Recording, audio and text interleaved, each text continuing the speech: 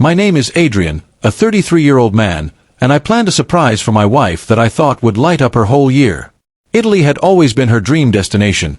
She used to talk about the food, the history, the way the streets looked like moving paintings. I'd been saving quietly for months, cutting corners, skipping lunches out, and taking extra shifts just to make it happen. When the envelope finally arrived in the mail, holding 2 round-trip tickets to Florence, I was proud of myself. It felt like the biggest, most thoughtful thing I had ever done for us. That Saturday afternoon, my wife Lena had 2 friends over, Nora and Jade.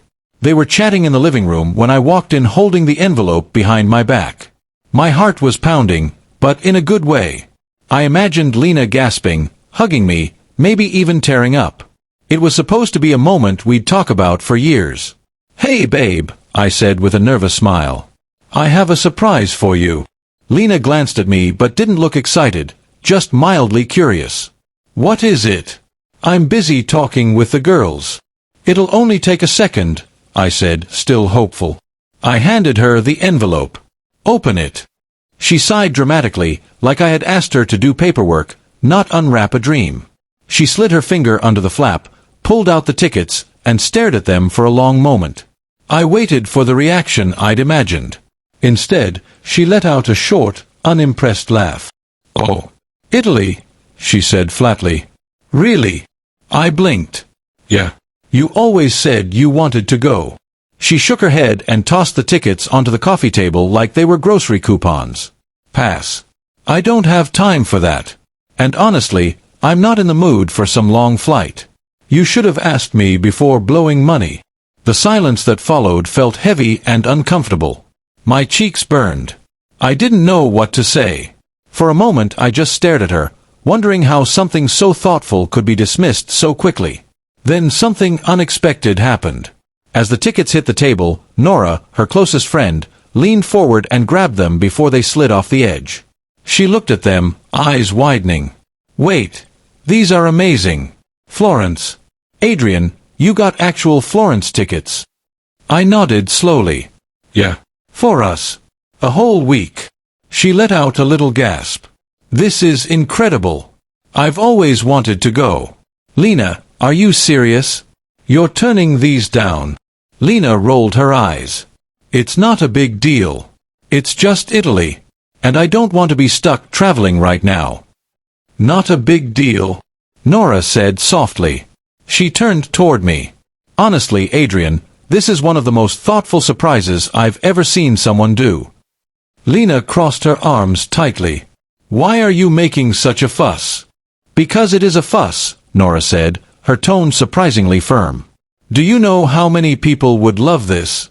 Your husband planned a once-in-a-lifetime trip for you." Jade stayed quiet, shifting awkwardly in her seat. Even she seemed uncomfortable with Lena's reaction.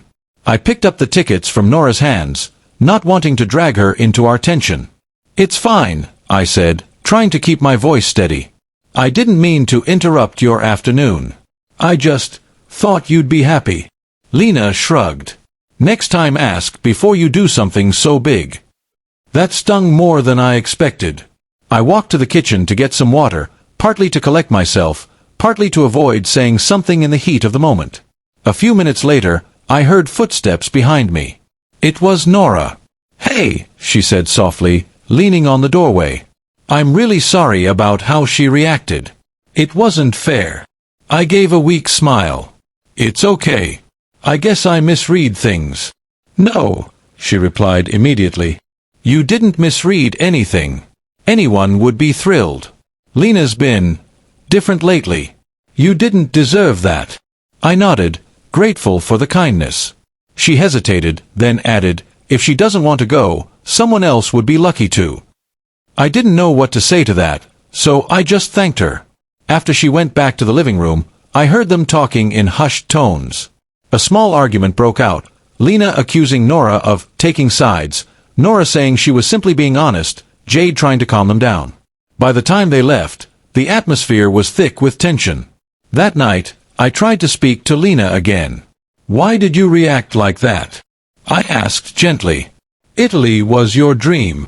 She shrugged without looking at me. "Dreams change. And I'm tired of you trying to impress me with grand gestures instead of actually listening." It hit harder than she probably intended. I sat there quietly, realizing I'd put so much effort into something she didn't value anymore, or didn't value coming from me. The next morning, Nora texted me. "If you decide not to use the tickets, let me know. I'd love to buy them from you. And for what it's worth, you deserve someone who appreciates you." I stared at that message for a long while. I still don't know what will happen next, between me and Lena, between us and the trip, or between us and the truth that rose to the surface that day. But one thing became clear. Sometimes, it's not the gift that reveals the truth, it's the reaction.